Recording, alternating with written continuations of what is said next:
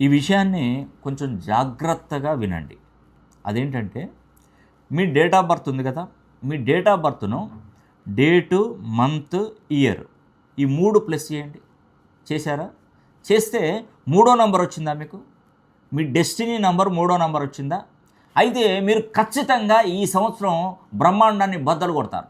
Yes, నేను చెప్పింది నిజమే, మీరు వింటుంది కూడా అక్షరాల నిజమే. ఎందుకంటే 60 సంవత్సరాల తర్వాత దేవతల గురువు అయినటువంటి బృహస్పతి పరాభవనామ సంవత్సరంలో రాజుగా వ్యవహరిస్తున్నాడు. అంటే గురువు ఎన్నో నంబర్ వాడు? 3వ నంబర్ వాడు. మీ డేటు, మంత్, ఇయర్ డెస్టినీ అంటారు. ఆ డెస్టినీ 3వ నంబర్ అయితే నిజంగా మీ అంత అదృష్టవంతుడు ఈ బ్రహ్మాండం మీద ఎవరు ఉండరండి. కానీ మనకు ఒకటేనండి, గుర్తుపెట్టుకోండి. ఒక చిచ్చుబుడ్డు ఉంది, ఒక తారాజువ్వ ఉంది, ఒక అగరబత్తి ఉంది, ఒక దీపం ఉంది. దాన్ని వెలిగించడానికి మన దగ్గర మ్యాచ్ బాక్స్ అనేది ఉండాలి. అంతేనండి. కొవ్వొత్తి తీసుకొచ్చి ఇంట్లో పెట్టుకుంటే ఏం లాభం? దాన్ని వెలిగించకపోతే దాని వెలుగు రాదు కదా. నా దగ్గర కొవ్వొత్తి ఉందంటే ఉంది, కానీ దాన్ని వెలిగించినప్పుడే కదా దాని వెలుగును చూసేది.